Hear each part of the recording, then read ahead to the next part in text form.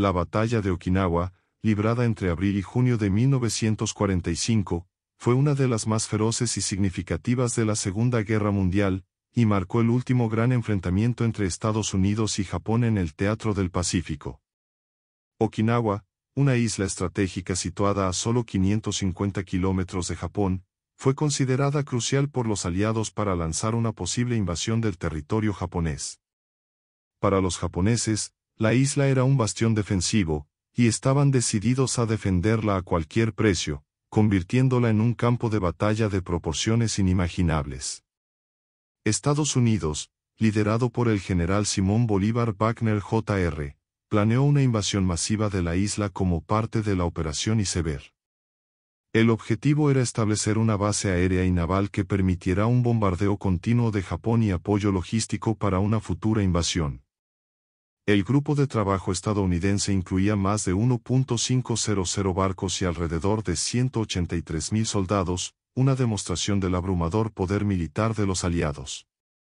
La estrategia inicial fue un desembarco anfibio en la costa oeste de la isla, en la playa de Agushi, seguido de una campaña terrestre para capturar la ciudad de Naha y las colinas del sur, donde se encontraban las defensas más fuertes de Japón. Por otro lado, los japoneses, bajo el mando del general Mitsuru Ushijime, sabían que no podían ganar ni en el mar ni en el aire contra la supremacía estadounidense. En cambio, adoptaron una estrategia defensiva profundamente arraigada. A diferencia de batallas anteriores, en las que los japoneses intentaron repeler los desembarcos en la playa, en Okinawa se retiraron a posiciones fortificadas en el interior de la isla, utilizando cuevas, túneles y búnkeres. Esta estrategia, conocida como defensa en profundidad, fue diseñada para desgastar al enemigo, infligir tantas bajas como fuera posible y retrasar el avance estadounidense. El 1 de abril de 1945, llamado Día L, marcó el comienzo del desembarco estadounidense. Para sorpresa de las fuerzas estadounidenses, las playas estaban casi desiertas. Las tropas avanzaron rápidamente en los primeros días, capturando la mitad de la isla sin encontrar resistencia significativa. Sin embargo, este aparente éxito inicial pronto resultó ser una trampa. Al sur de la isla, los japoneses esperaban en las fortificaciones de la línea Suri, una serie de posiciones defensivas que se convirtieron en el epicentro de la batalla.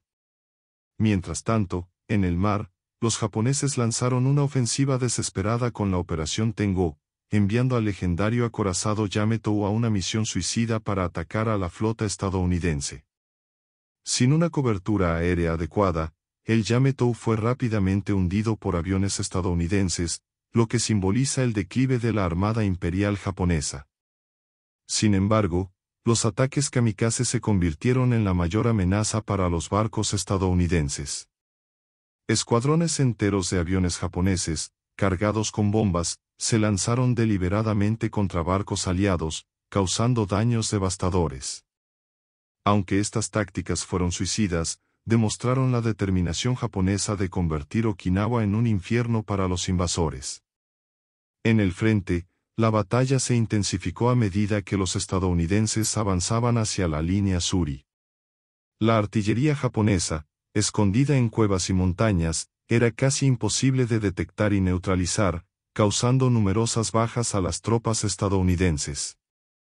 El combate cuerpo a cuerpo se volvió común y los soldados estadounidenses enfrentaron una feroz resistencia.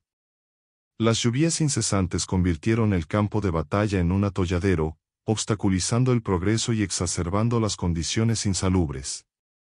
Del lado japonés, el general Ushijime y su comandante adjunto, el general Isamu Cho, ordenaron a sus tropas luchar hasta el último hombre. La moral entre los soldados japoneses se sustentaba en un código de honor que priorizaba la muerte en combate sobre la rendición. Los civiles locales, a menudo obligados a colaborar, también se encontraron en el fuego cruzado, lo que dio lugar a una tragedia humanitaria de proporciones inimaginables. Muchos fueron asesinados y otros se suicidaron por temor a represalias o creyendo en la propaganda japonesa que retrataba a los estadounidenses como bárbaros. A finales de mayo, la línea Suri finalmente cayó, pero los combates continuaron en otras partes de la isla. Incluso con la superioridad numérica y tecnológica estadounidense, el progreso fue lento y costoso. La resistencia japonesa no terminó oficialmente hasta el 22 de junio, después de las muertes de Ushijime y Cho, quienes se suicidaron ritualmente en la cima de una colina, negándose a ser capturados vivos. La batalla de Okinawa provocó bajas devastadoras, aproximadamente 12.000 soldados estadounidenses muertos y más de 36.000 heridos. En el lado japonés, se estima que murieron unos 77.000 soldados, junto con más de 100.000 civiles. El costo humano y material de esta batalla hizo que los líderes aliados reconsideraran la posibilidad de invadir Japón, lo que finalmente llevó al uso de bombas atómicas para poner fin a la guerra. Esta brutal batalla fue un testimonio del sacrificio humano en nombre de estrategias militares y objetivos políticos despiadados. Aunque te garanticé una victoria para Estados Unidos, que también expuso los horrores de la guerra moderna, marcando uno de los capítulos más oscuros de la historia de la humanidad. Con el colapso de la línea Suri, los combates en Okinawa entraron en una fase aún más desesperada. Aunque la resistencia japonesa organizada había sido destruida en gran medida, pequeños grupos de soldados continuaron luchando en cuevas y túneles esparcidos por toda la isla. Estos últimos defensores estaban decididos a retrasar a los estadounidenses el mayor tiempo posible. Los japoneses utilizaron a menudo tácticas de guerrilla, tendieron emboscadas a las patrullas estadounidenses, minaron caminos y lanzaron ataques nocturnos. Para los soldados estadounidenses, esto significó un estado de alerta constante, incluso después de que los combates principales parecían terminados. La supervivencia de los civiles de Okinawa se convirtió en uno de los aspectos más trágicos de la batalla. La población local, atrapada entre los combates, se enfrentó a bombardeos incesantes, escasez de alimentos y la devastación de sus comunidades. Muchos civiles se vieron obligados a trabajar para los japoneses, transportando suministros o construyendo defensas, mientras que otros fueron utilizados como escudos humanos. La propaganda japonesa había convencido a gran parte de la población de que los estadounidenses cometerían atrocidades si eran capturados. Esto llevó a miles de civiles a suicidarse, a menudo saltando desde acantilados, en escenas que afectaron profundamente a los soldados estadounidenses. Los estadounidenses, a su vez, tropezaron con dificultades sin precedentes. Las cuevas y túneles utilizados por los japoneses como fortalezas naturales se convirtieron en una pesadilla táctica. Los soldados necesitaban entrar en estas estructuras para neutralizar a los enemigos, a menudo enfrentándose a trampas, ametralladoras y ataques sorpresa. El uso de lanzallamas y explosivos se convirtió en una práctica común para despejar estas posiciones, pero esto también resultó en escenas de destrucción macabra que marcaron a los soldados. Desde un punto de vista estratégico, el alto mando estadounidense empezó a darse cuenta de que las bajas en Okinawa eran un presagio de lo que podría provocar una invasión del Japón continental. El general Simon Wagner, comandante de las fuerzas estadounidenses en Okinawa, murió en las etapas finales de la batalla por un proyectil de artillería japonesa, convirtiéndose en el oficial estadounidense de mayor rango que murió en combate durante la guerra. Su sucesor, el general Roy Heiger, continuó dirigiendo la campaña hasta la victoria final. Mientras tanto, las fuerzas aéreas y navales estadounidenses mantuvieron una presión constante sobre Okinawa. La Armada de los Estados Unidos sufrió numerosas bajas debido a los ataques kamikazes. Estos ataques, llevados a cabo por pilotos japoneses que deliberadamente estrellaron sus aviones contra barcos estadounidenses, causaron graves daños a la flota. Más de 30 barcos fueron hundidos y otros 368 dañados. El portaaviones USS Bunker Hill fue alcanzado por 2 kamikazes en rápida sucesión, lo que provocó más de 600 muertos y heridos. Los japoneses sabían que no podían ganar, pero estaban decididos a causar tantas bajas estadounidenses como fuera posible. Para Japón, la idea era demostrar que cualquier invasión de su territorio principal sería tan costosa que obligaría a los aliados a reconsiderarlo.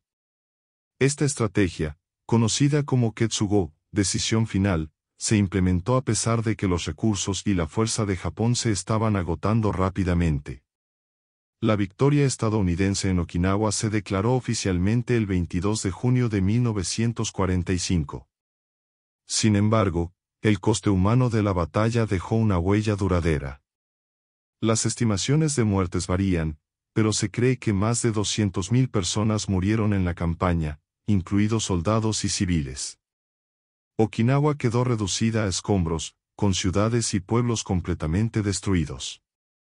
Esta victoria allanó el camino para el bombardeo del Japón continental, incluidos los ataques nucleares contra Hiroshima y Nagasaki en agosto de 1945.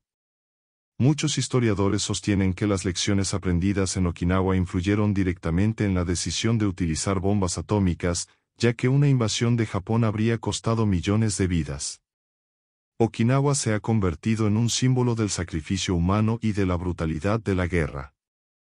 Para los supervivientes, la batalla dejó profundas cicatrices físicas y emocionales, mientras que para los militares estadounidenses y japoneses fue un recordatorio del terrible coste de las estrategias de guerra modernas.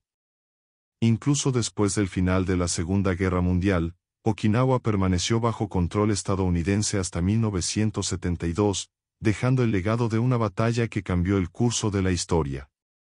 Después de que terminó la batalla de Okinawa, las consecuencias de este enfrentamiento resonaron no solo en la isla devastada, sino también en el curso de la Segunda Guerra Mundial y la geopolítica global.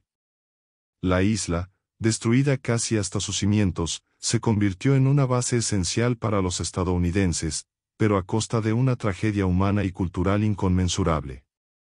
Después de la batalla, los estadounidenses consolidaron Okinawa como un puesto estratégico. Establecieron bases aéreas y navales que se volvieron críticas para la planificación y ejecución de futuras operaciones en el Pacífico. Las bases de Okinawa proporcionaron un punto de lanzamiento para misiones de bombardeo contra el Japón continental, permitiendo ataques a ciudades como Tokio, Osaka y Nagoya. Además, la isla ofrecía una posición ventajosa para una invasión planificada, la Operación Caída, que sería la invasión de Japón propiamente dicha. Sin embargo, los acontecimientos posteriores hicieron innecesaria esta invasión. Para los supervivientes de Okinawa, la vida después de la batalla estuvo marcada por un sufrimiento continuo. La población civil, ya profundamente traumatizada por la batalla, enfrentó hambre, falta de vivienda y desplazamientos masivos.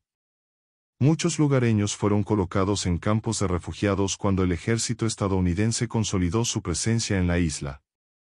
La cultura de Okinawa, distinta de la cultura tradicional japonesa, también sufrió pérdidas importantes.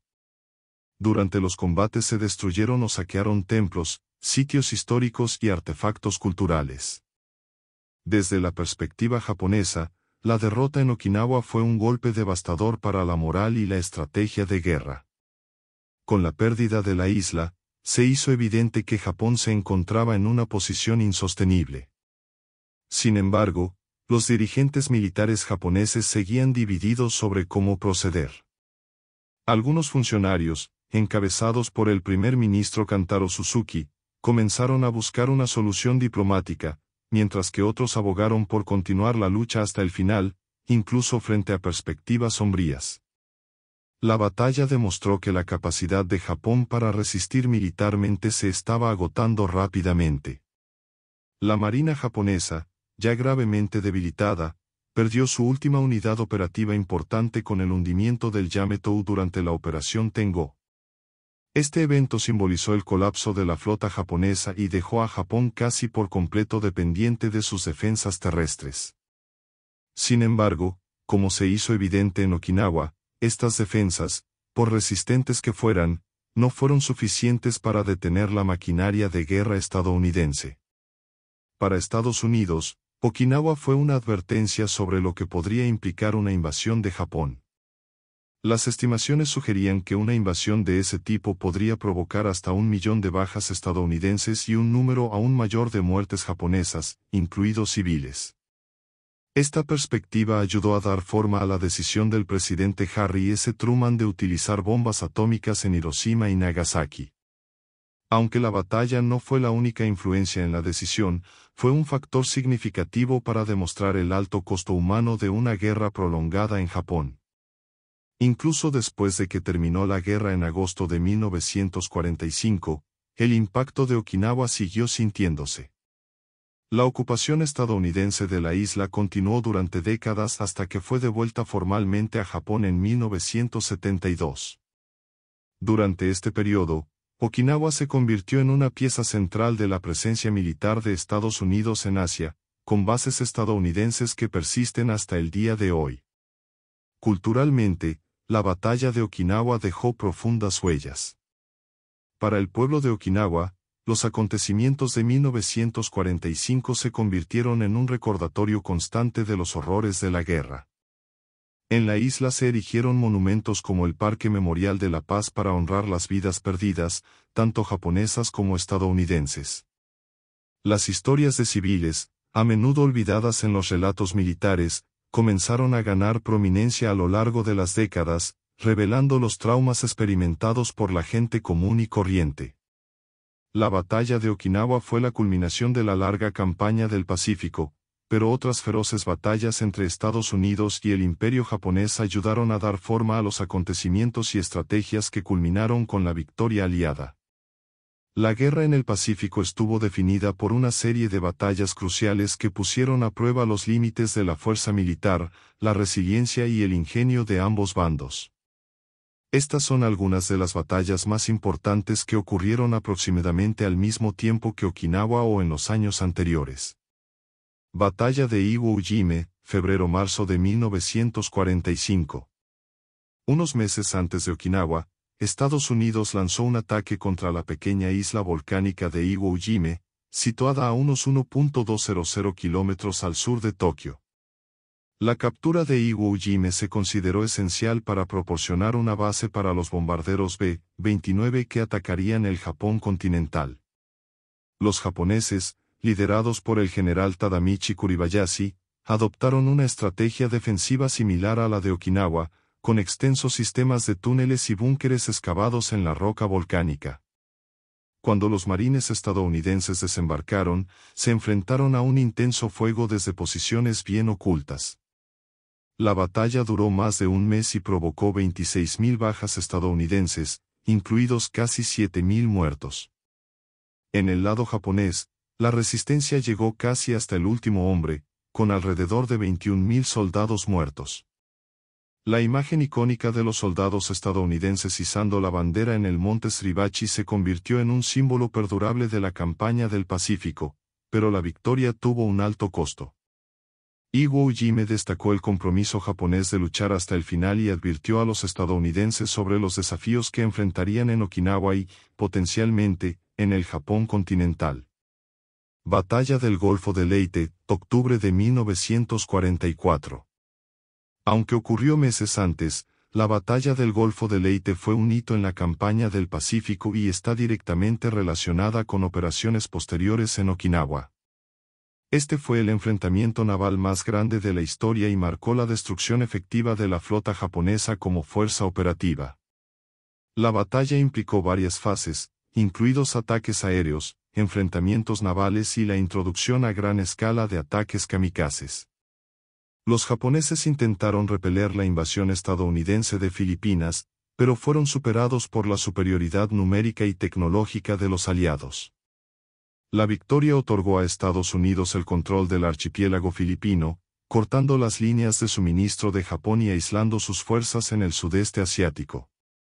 Los ataques kamikaze, que comenzaron en esta batalla, se convirtieron en una estrategia ampliamente utilizada en Okinawa y simbolizaron la creciente desesperación de Japón. La destrucción de la armada japonesa en Leyte significó que Japón dependería casi exclusivamente de sus fuerzas terrestres y aéreas para las batallas posteriores. Batalla de Saipán, junio-julio de 1944. Como parte de la campaña de las Islas Marianas, la batalla de Saipán fue otro enfrentamiento brutal que destacó el sacrificio japonés y la resistencia decidida.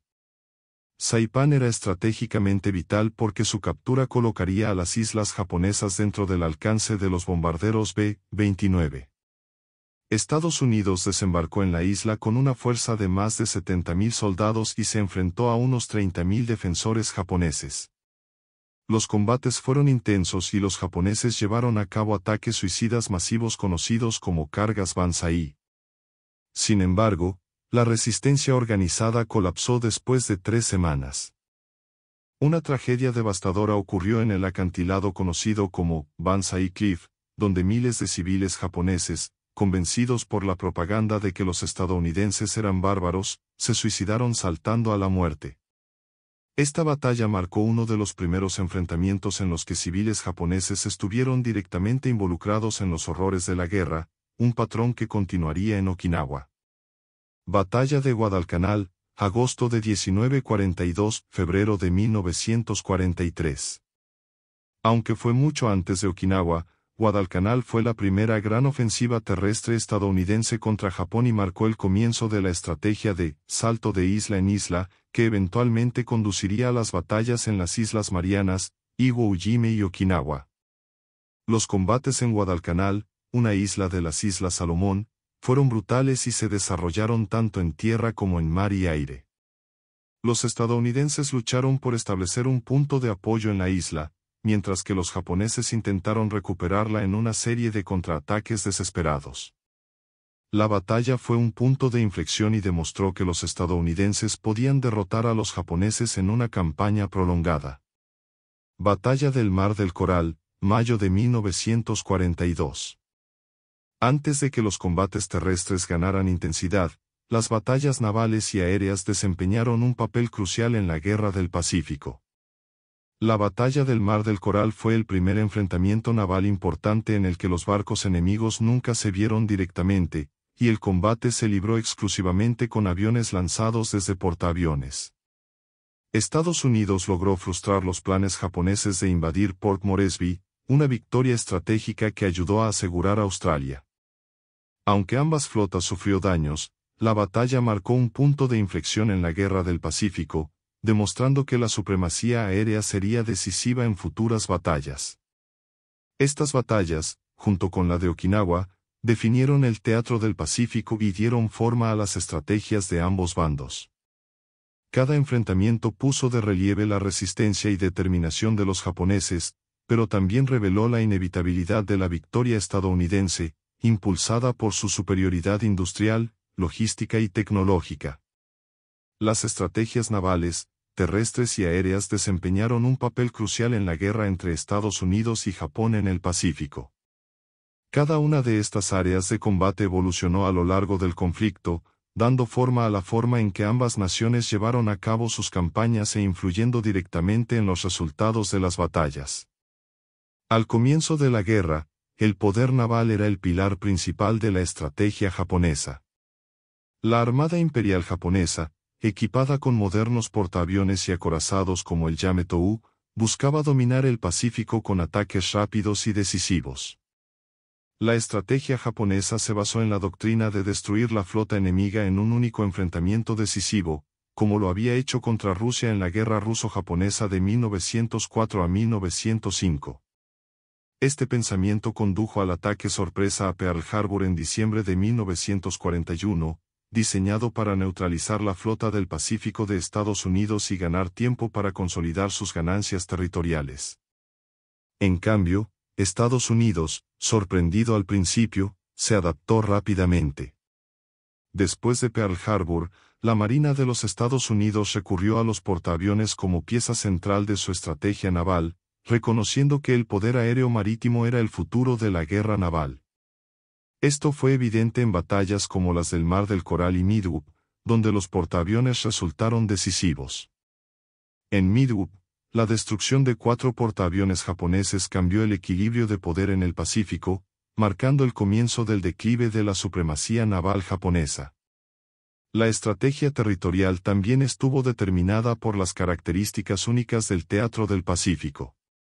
A diferencia de Europa, donde las campañas se llevaron a cabo en vastas extensiones de tierra, en el Pacífico el terreno variaba desde densos bosques hasta desoladas islas volcánicas. Esto requirió un enfoque de salto de isla en isla, donde Estados Unidos seleccionó objetivos estratégicos para capturar mientras aislaba e ignoraba otras posiciones japonesas, cortando efectivamente sus suministros y apoyo. Esta estrategia se utilizó con éxito en lugares como Guadalcanal, Taraba y Saipán, permitiendo a los estadounidenses avanzar gradualmente hacia Japón. Los japoneses, a su vez, adoptaron una estrategia defensiva en profundidad. En lugar de intentar repeler los desembarcos en la costa, se retiraron a posiciones fortificadas en el interior de las islas, donde podrían infligir tantas bajas a los estadounidenses como fuera posible. El uso extensivo de cuevas, búnkeres y túneles en batallas como Iwo Jime y Okinawa demostró la eficacia de este enfoque, aunque a menudo resultó en pérdidas casi totales para los defensores japoneses. Los ataques suicidas, como las caricaturas Banzai, también se utilizaban para desmoralizar a los enemigos y causar el mayor daño posible antes de la inevitable derrota. La guerra aérea en el Pacífico jugó un papel crucial en el avance estadounidense. Desde los primeros días, los ataques aéreos japoneses causaron importantes daños, como el ataque a Pearl Harbor y la campaña en Filipinas. Sin embargo, Estados Unidos rápidamente reconstruyó su fuerza aérea, desarrollando aviones como el B-29 Super Fortress, capaz de volar largas distancias y transportar grandes cargas de bombas. Estos bombarderos permitieron a los estadounidenses atacar directamente el Japón continental desde bases en las Marianas, con ataques devastadores contra Tokio y otras ciudades importantes. Los japoneses, por otro lado, enfrentaron dificultades cada vez mayores para suministrar pilotos experimentados y aviones modernos. La introducción de los kamikazes fue una respuesta desesperada a la superioridad aérea estadounidense. Aunque estas misiones suicidas causaron grandes daños a la Marina estadounidense, no fueron suficientes para cambiar el curso de la guerra. Los ataques aéreos aliados se volvieron cada vez más frecuentes y devastadores, culminando con el uso de bombas atómicas en Hiroshima y Nagasaki. La interacción entre estrategias navales, terrestres y aéreas fue fundamental para el avance estadounidense en el Pacífico. Las victorias navales aseguraron el control de las rutas marítimas, permitiendo el transporte seguro de tropas y suministros. Las operaciones terrestres consolidaron estos logros, estableciendo bases para continuos ataques aéreos. A su vez, el dominio aéreo debilitó aún más la capacidad de resistencia de Japón, destruyendo su infraestructura y cortando sus líneas de suministro. Japón, aunque inicialmente bien preparado, fue superado por la capacidad industrial y la adaptabilidad estratégica de Estados Unidos. A medida que avanzaba la guerra, quedó claro que el imperio japonés no podía seguir el ritmo de las operaciones aliadas combinadas. Al final, las estrategias interconectadas marítimas, terrestres y aéreas de Estados Unidos aseguraron su victoria en el Pacífico, marcando una nueva era de guerra en la que la coordinación entre diferentes ramas militares se volvió esencial. La guerra en el Pacífico, con sus complejas interacciones entre estrategias navales, terrestres y aéreas, demostró ser un campo de batalla dinámico donde cada bando adaptó sus tácticas en respuesta a los desafíos únicos del teatro de operaciones. Si bien Japón entró en la guerra con una posición de superioridad al principio, su incapacidad para sostener la guerra contra una maquinaria militar estadounidense que se estaba volviendo cada vez más eficiente, tecnológicamente avanzada y mejor coordinada se hizo evidente a medida que avanzaba el conflicto. En el mar, los submarinos estadounidenses desempeñaron un papel vital en la estrategia de estrangulamiento de Japón. Desde el comienzo de la guerra, los submarinos de la Armada estadounidense fueron utilizados para bloquear las rutas de suministro japonesas atacando a buques de carga y petroleros. La vulnerabilidad del Japón a este respecto era significativa, ya que su economía dependía en gran medida de las importaciones de materias primas, especialmente petróleo, carbón y caucho, del sudeste asiático. Los submarinos, apodados las flotas invisibles, fueron responsables de hundir más de 1000 buques mercantes japoneses, un golpe devastador que paralizó la capacidad de Japón para sostener su maquinaria de guerra. El impacto de estos ataques se sintió en todos los aspectos de la guerra. La escasez de combustible se convirtió en una crisis crítica para Japón, limitando la capacidad de sus fuerzas aéreas y navales para operar con eficacia.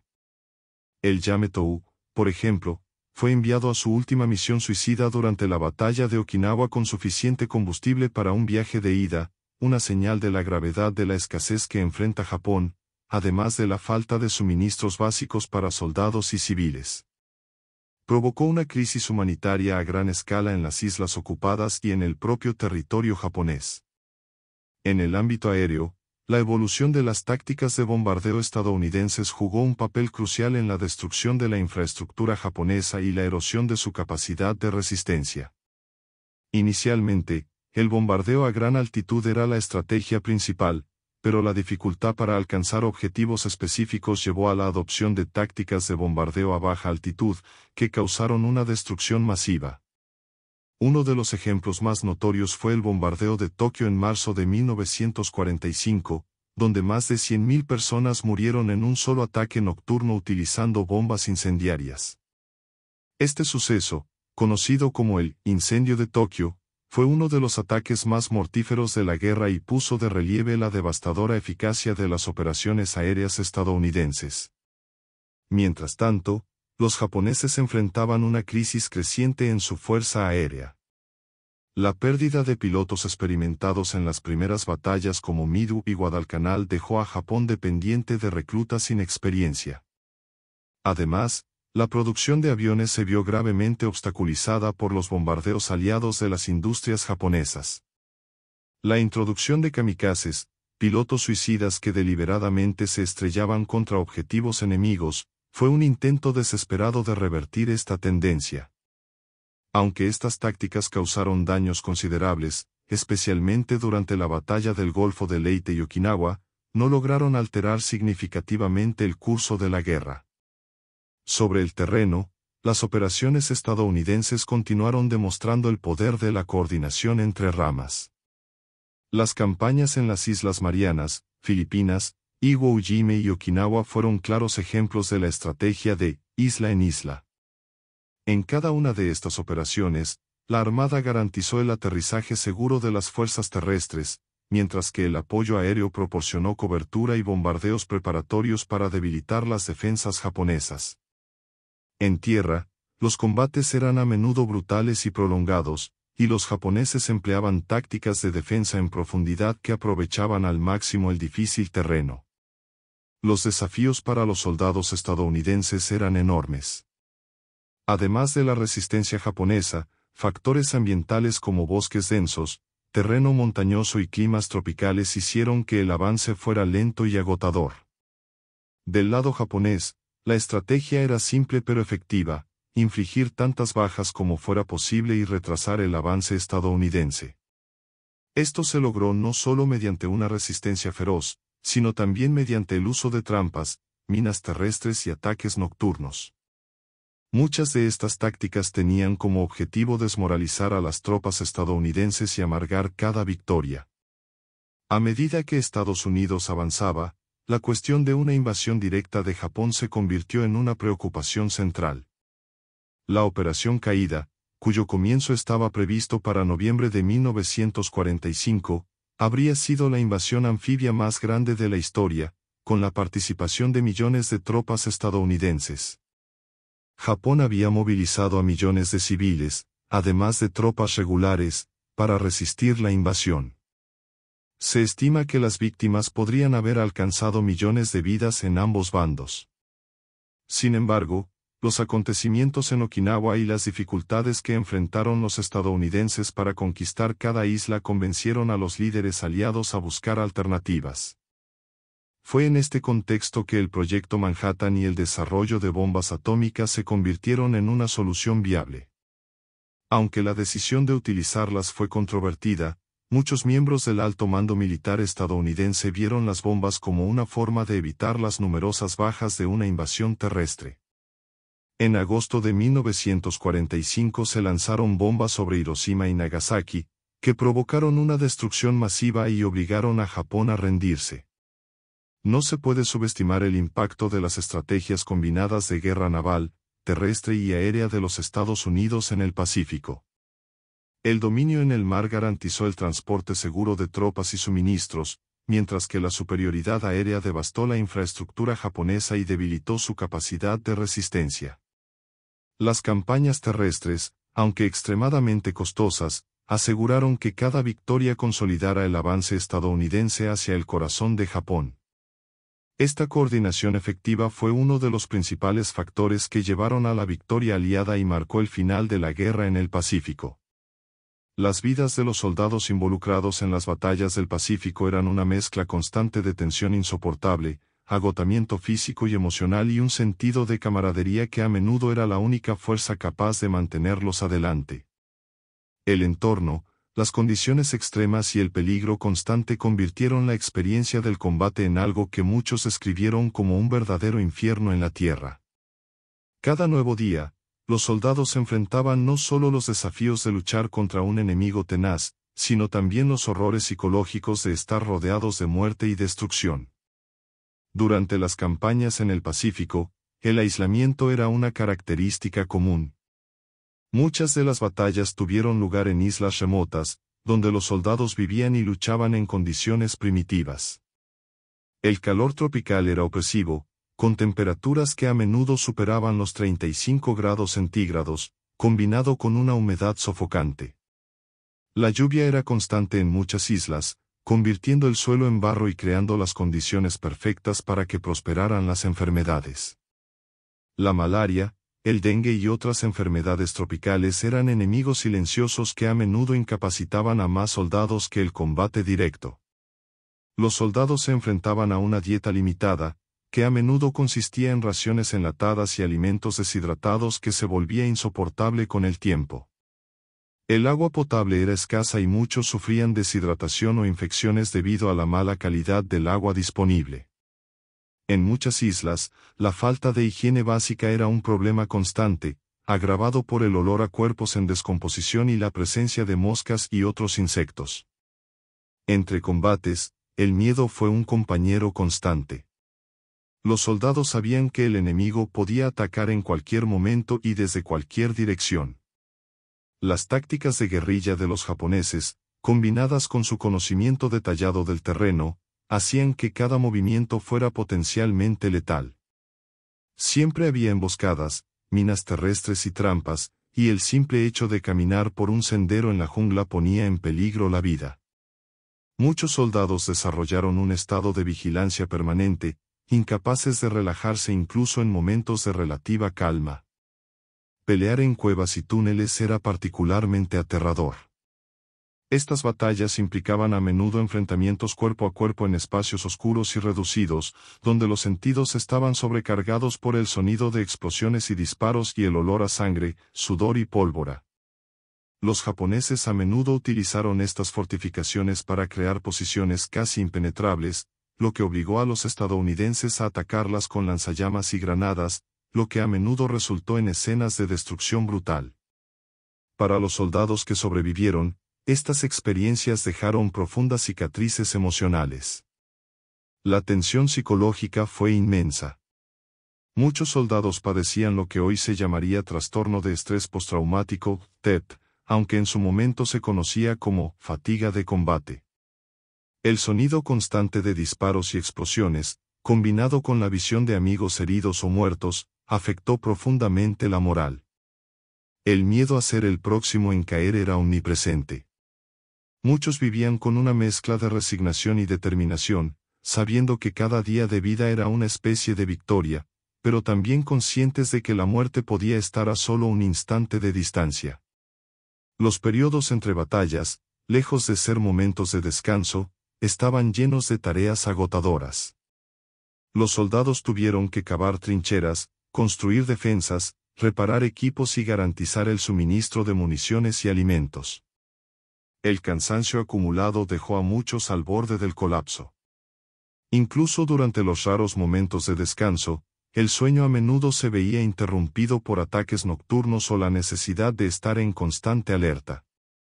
A pesar de todo esto, hubo momentos de camaradería que ofrecieron cierto alivio emocional.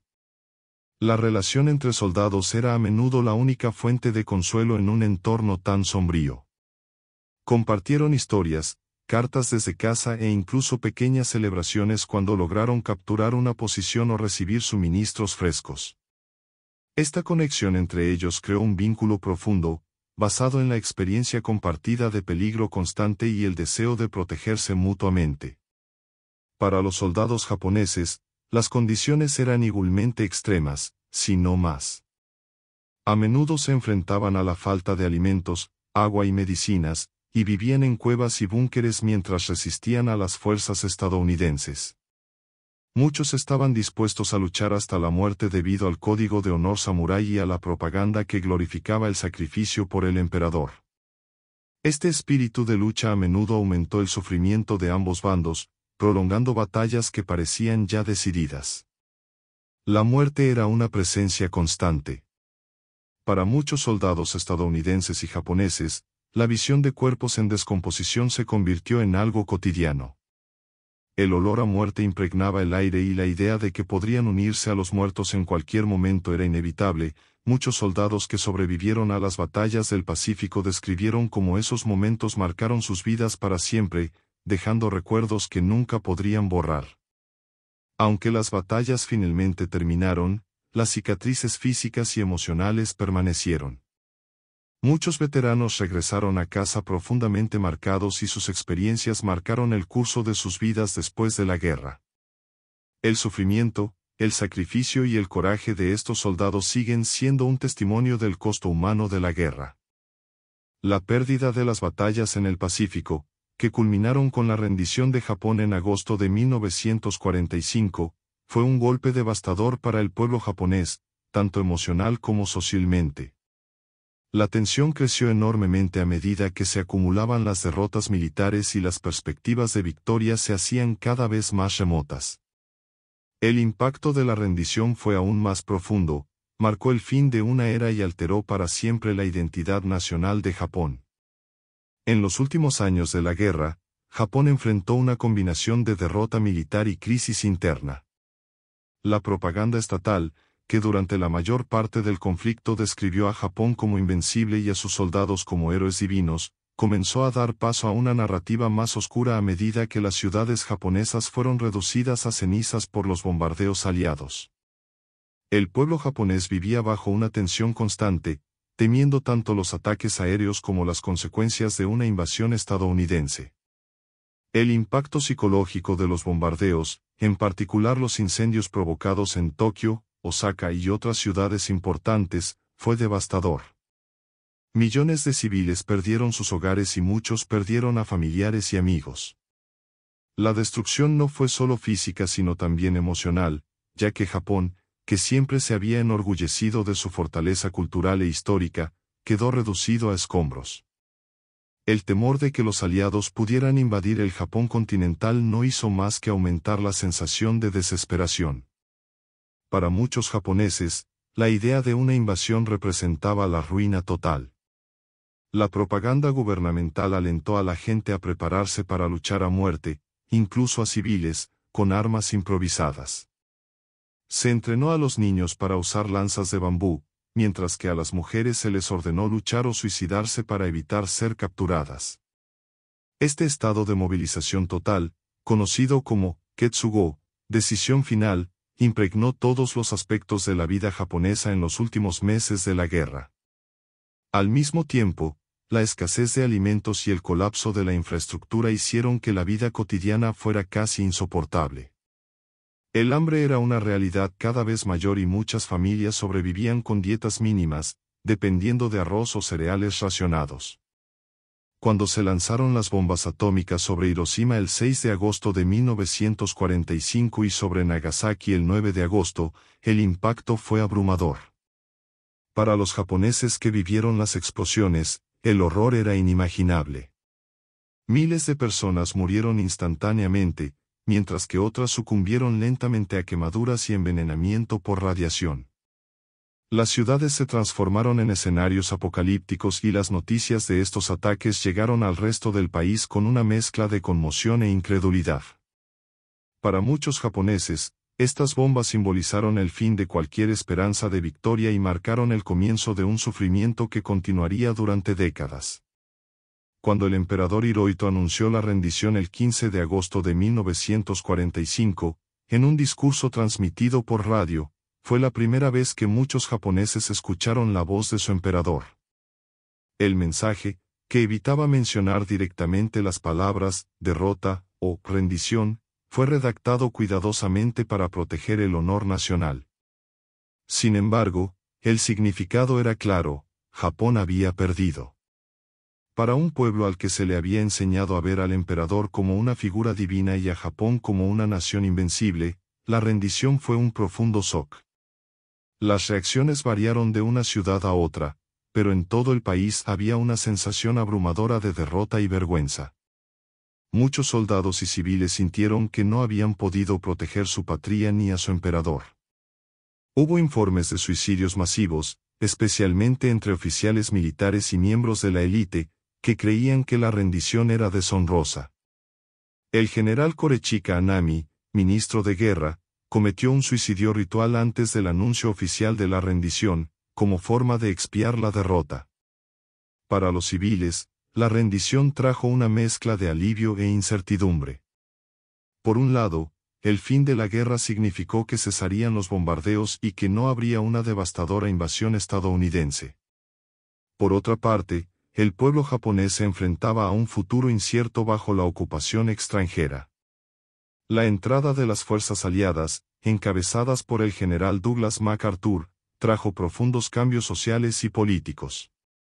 Japón fue desmilitarizado, se reescribió su constitución y el emperador se vio obligado a renunciar a su estatus divino, transformándose en una figura simbólica. El impacto emocional de la rendición fue profundo.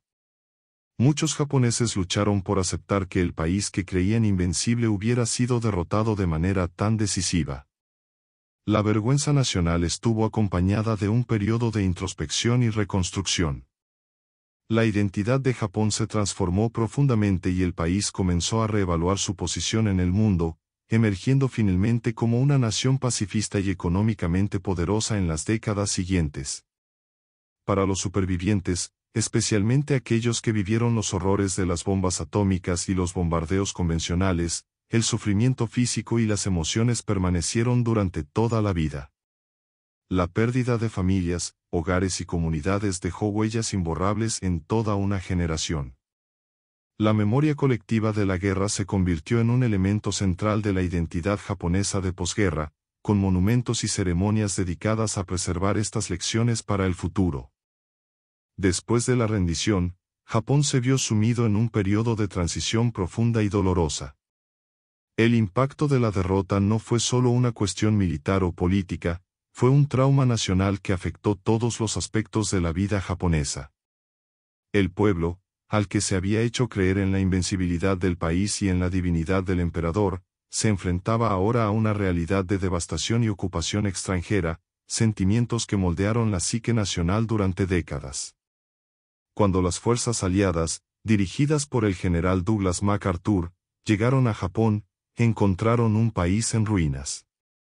Gran parte de la infraestructura de las ciudades había sido destruida por los bombardeos, dejando a millones de personas sin hogar. Las calles se llenaron de escombros y los supervivientes se enfrentaron al hambre, las enfermedades y un sentimiento de desorientación. Muchos perdieron no solo sus hogares, sino también sus familias, amigos y medios de vida. La agricultura y las industrias quedaron paralizadas, lo que agravó la crisis humanitaria. La ocupación aliada trajo cambios rápidos y radicales. MacArthur fue nombrado jefe del Mando Supremo de las Fuerzas Aliadas, SCAP, y dirigió la reconstrucción de Japón. La prioridad inicial era estabilizar la situación humanitaria. Se distribuyeron suministros de alimentos, medicinas y ropa, pero en muchas zonas las condiciones siguieron siendo desesperadas durante los primeros años después de la guerra. El hambre y enfermedades como la tuberculosis y la disentería eran comunes, y muchas personas dependían de los mercados negros para sobrevivir. Al mismo tiempo, las reformas políticas y sociales comenzaron a remodelar la sociedad japonesa. Uno de los cambios más simbólicos fue la transformación del papel del emperador Hirohito. Bajo la presión de los aliados, Hirohito renunció a su estatus divino en 1946, declarando públicamente que era un ser humano corriente. Esto sacudió profundamente la visión del mundo de muchos japoneses, especialmente aquellos que crecieron creyendo en la idea de que el emperador era un dios viviente. Sin embargo, la preservación de Hirohito en el trono fue vista como una forma de mantener la estabilidad social durante un periodo de cambios tan radicales. En 1947 se introdujo una nueva constitución, redactada en gran medida bajo la supervisión de asesores estadounidenses. Esta constitución transformó a Japón en una democracia parlamentaria, garantizó la igualdad de derechos para todos los ciudadanos, incluidas las mujeres, y renunció a la guerra como medio para resolver disputas internacionales. El artículo 9, que prohibía a Japón mantener fuerzas armadas con fines de agresión, se convirtió en uno de los pilares del nuevo Japón pacifista. Aunque estos cambios fueron impuestos, con el tiempo llegaron a ser vistos como fundamentales para la reconstrucción del país. La sociedad japonesa también enfrentó importantes cambios culturales. Se abolió la censura gubernamental, lo que permitió una mayor libertad de expresión y prensa. Se reformó la educación para enfatizar los valores democráticos y eliminar el nacionalismo militarista que se había promovido durante la guerra. Estas reformas sorprendieron a muchos japoneses, pero también allanaron el camino para una modernización acelerada. A pesar de estos cambios, el proceso de reconstrucción fue doloroso. Japón tuvo que afrontar la humillación de ser ocupado por fuerzas extranjeras, algo sin precedentes en su historia. El orgullo nacional estaba profundamente herido y era necesario reevaluar la identidad japonesa, que había sido moldeada por siglos de tradiciones culturales y militares. Este periodo estuvo marcado por una mezcla de vergüenza, arrepentimiento y determinación de no repetir nunca los errores del pasado. Para los veteranos de guerra y sus familias, el periodo de posguerra trajo desafíos únicos. Muchos soldados que regresaron del frente enfrentaron discriminación y dificultades para reintegrarse a la sociedad. La propaganda militarista que glorificaba el sacrificio había desaparecido, y ahora los exsoldados eran vistos a menudo como símbolos de una época que la mayoría quería olvidar. Además, muchos veteranos cargaron con heridas físicas y psicológicas que los acompañaron durante toda su vida. El trauma de la guerra, combinado con la pobreza y el aislamiento, provocó una alta incidencia de suicidio entre quienes lucharon. El pueblo japonés, sin embargo, mostró una resiliencia notable. En los años posteriores a la ocupación, Japón comenzó a reconstruirse vigorosamente. El enfoque en la educación, la innovación tecnológica y el trabajo duro se convirtió en la base del milagro económico japonés de las décadas de 1950 y 1960, cuando el país se transformó en una de las mayores potencias económicas del mundo. Esta reactivación económica estuvo acompañada de un profundo cambio cultural. Japón adoptó una identidad pacifista y moderna y al mismo tiempo preservó aspectos de su rico patrimonio cultural. El recuerdo de la guerra y la rendición, sin embargo, nunca desapareció por completo. Monumentos como el Parque Conmemorativo de la Paz en Hiroshima y el Museo de la Bomba Atómica en Nagasaki sirven como recordatorio del costo humano del conflicto. Ceremonias y eventos anuales se siguen realizando conmemoraciones para honrar a las víctimas y reflexionar sobre las lecciones de la guerra. Para muchos japoneses, la rendición y los años que siguieron representaron un periodo de profunda transformación, pero también de resiliencia y renacimiento. El sufrimiento y la pérdida fueron inmensurables, pero la capacidad del pueblo para superar la adversidad y reconstruir su nación se convirtió en uno de los legados más duraderos de este periodo. Si lo deseo, puedo seguir explorando aspectos concretos, como la relación entre los ocupantes japoneses y americanos o el impacto cultural de la guerra en la literatura y el cine japoneses. Okinawa, como escenario de una de las batallas más sangrientas y significativas de la Segunda Guerra Mundial, dejó profundas huellas en la historia de Japón y la gente de la isla. Mucho más allá de los intensos combates entre las fuerzas estadounidenses y japonesas, la batalla de Okinawa reveló la tragedia de los civiles locales, la destrucción de una cultura única y el impacto duradero que la guerra dejó en la isla y sus habitantes. Antes de la guerra, Okinawa era una sociedad distinta dentro de Japón, con su propia cultura, idioma y tradiciones. A pesar de ser parte del Imperio japonés, los habitantes de Okinawa a menudo enfrentaban discriminación y los japoneses continentales los consideraban culturalmente diferentes. Durante la guerra, esta percepción influyó en las acciones del gobierno japonés hacia la isla.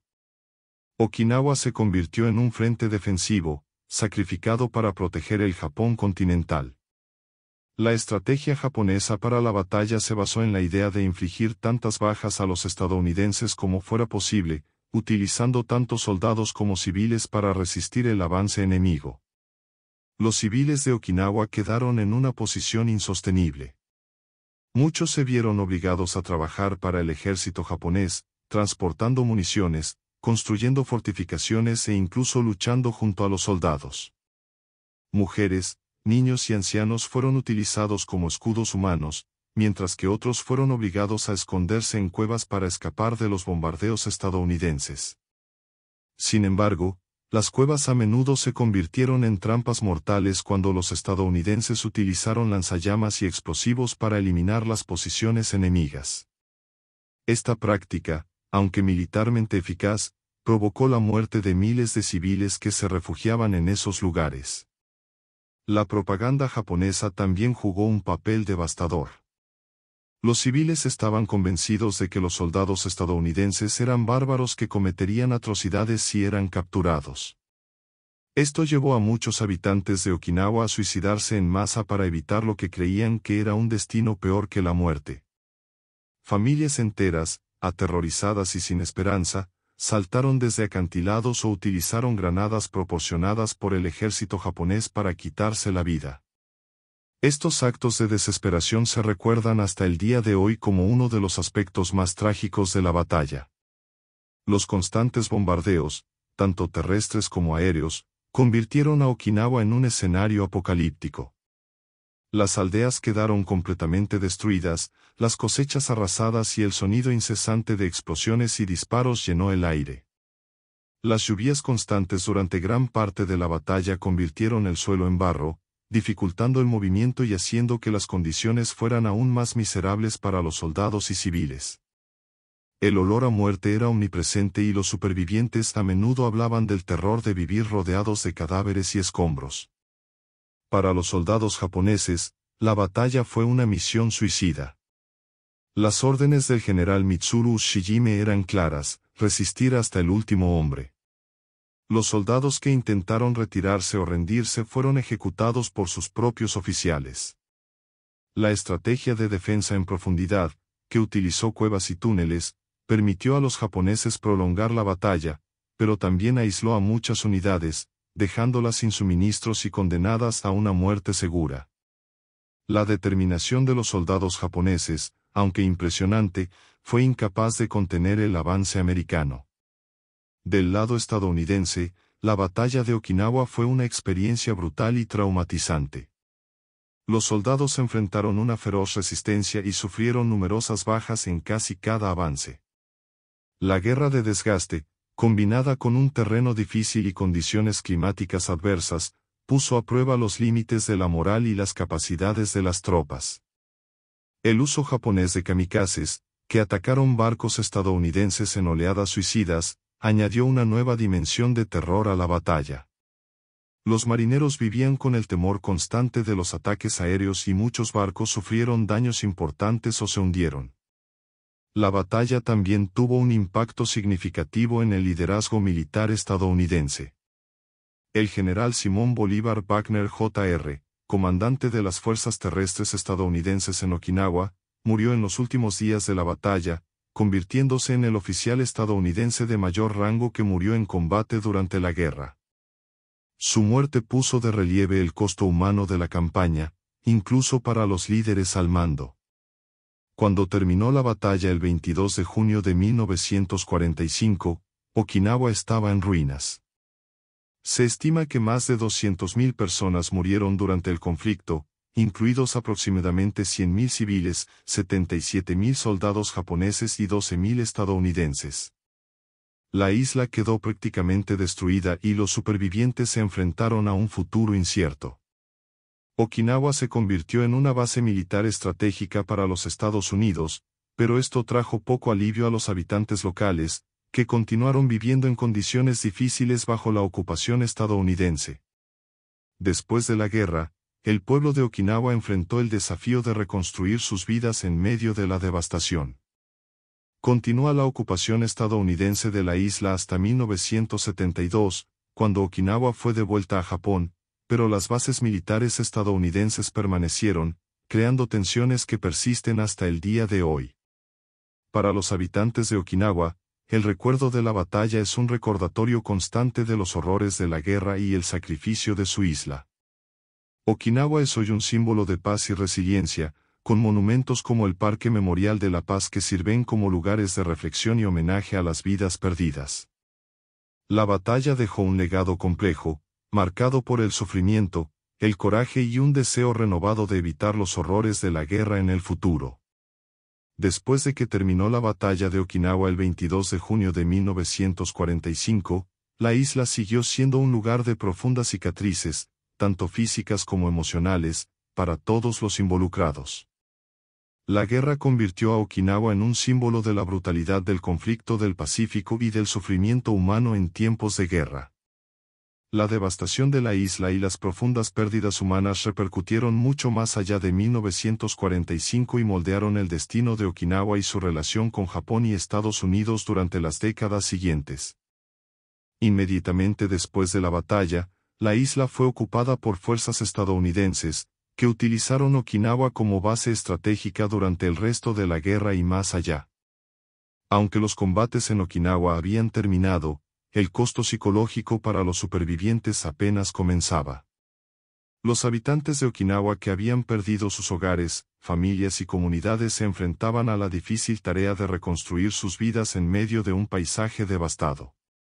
La agricultura, que era la base económica de la isla, quedó completamente destruida y los suministros escasearon. Muchos supervivientes fueron desplazados a campos de refugiados improvisados cuando los estadounidenses consolidaron su ocupación. La relación entre los habitantes de Okinawa y las fuerzas de ocupación estadounidenses era compleja. Aunque Estados Unidos proporcionó alimentos y asistencia básica, muchos lugareños se sentían extraños en su propia tierra. La isla se convirtió en una base militar vital, con infraestructura dedicada a apoyar las operaciones estadounidenses en el Pacífico. Esto significó que se confiscaron vastas áreas de tierra para uso militar, lo que obligó a un desplazamiento aún mayor entre los residentes locales. La ocupación estadounidense continuó incluso después del final de la Segunda Guerra Mundial. En 1952, cuando Japón recuperó su soberanía en virtud del Tratado de San Francisco, Okinawa permaneció bajo control de los Estados Unidos y fue administrada como territorio estadounidense hasta 1972. Durante este periodo, la presencia militar estadounidense influyó profundamente en la vida en Okinawa. Las bases militares cubrían gran parte de la isla, y el constante ruido de los aviones y los entrenamientos militares se convirtieron en parte de la vida cotidiana. A muchos habitantes de Okinawa les molestó la ocupación, especialmente porque la isla sufrió desproporcionadamente en comparación con el resto de Japón durante la guerra. Incluso después del regreso de Okinawa a Japón en 1972, la presencia militar estadounidense siguió siendo significativa. Hasta el día de hoy, Okinawa alberga alrededor del 70% de las instalaciones militares estadounidenses en Japón, una fuente constante de tensión política y social. Las protestas contra las bases y los impactos ambientales y sociales que causan son frecuentes, y muchos habitantes de Okinawa sienten que su isla todavía carga con el peso de las decisiones tomadas durante la guerra. A pesar de esto, Okinawa también experimentó una notable reconstrucción en las décadas posteriores a la guerra. El pueblo de Okinawa ha demostrado una resiliencia extraordinaria, reconstruyendo sus comunidades y redescubriendo su identidad cultural. La música, la danza y las tradiciones locales se han revitalizado, convirtiéndose en un símbolo del espíritu indomable de la isla. Hoy en día, Okinawa es un destino turístico popular, conocido por sus impresionantes playas, su rico patrimonio cultural y su cálida hospitalidad. Sin embargo, el recuerdo de la batalla de Okinawa nunca desapareció por completo. El Parque Conmemorativo de la Paz, situado en Mabuni, donde tuvieron lugar los últimos combates, es un recordatorio solemne de los sacrificios realizados tanto por soldados como por civiles. El monumento lista de piedras de la paz contiene los nombres de todas las personas, independientemente de su nacionalidad, que murieron en la batalla, lo que simboliza la tragedia universal de la guerra. La historia de Okinawa también sirve como una poderosa advertencia sobre los costos de la guerra. Los supervivientes de la batalla, conocidos como Ibakusa, personas afectadas por la explosión, desempeñaron un papel importante al compartir sus historias para garantizar que las lecciones de la guerra no se olviden. Destacan la necesidad de paz y reconciliación, convirtiendo su dolor en un mensaje de esperanza para las generaciones futuras. Así, la historia de Okinawa, aunque arraigada en la tragedia, es también una historia de resiliencia, recuperación y renovación. Nos recuerda la capacidad humana de superar incluso la mayor adversidad y construir un futuro mejor, incluso frente a un pasado devastador. El legado de la batalla sigue vivo, no solo en los monumentos y memoriales, sino también en la determinación del pueblo de Okinawa de nunca olvidar los horrores de la guerra y trabajar incansablemente por la paz. Al finalizar este doloroso capítulo de la historia, Okinawa se erige como un símbolo perdurable de sacrificio y resiliencia, y su experiencia continúa resonando como un poderoso testimonio del impacto humano de la guerra. La historia de la batalla de Okinawa es un testimonio de los extremos a los que puede llegar la humanidad en tiempos de guerra, pero también de la resiliencia y la capacidad de reconstruir incluso ante la mayor adversidad. Si bien la isla sufre las cicatrices del conflicto, el pueblo de Okinawa ha convertido su dolor en un mensaje de paz y perseverancia. Hoy, el recuerdo de esta batalla sirve como un recordatorio eterno de los horrores de la guerra y la importancia de trabajar por un mundo donde tragedias como esta nunca vuelvan a ocurrir. Si te gustó esta historia, no olvides suscribirte al canal y activar la campanita para recibir más contenido como este. Aquí traemos historias que marcaron el rumbo de la humanidad, para que nunca sean olvidadas. También deja un me gusta y compártelo con amigos a quienes les encanta saber más sobre la historia mundial. Su participación ayuda a que nuestro canal crezca y continúe brindándole historias interesantes e informativas. Gracias por mirar, un fuerte abrazo y nos vemos en el próximo vídeo.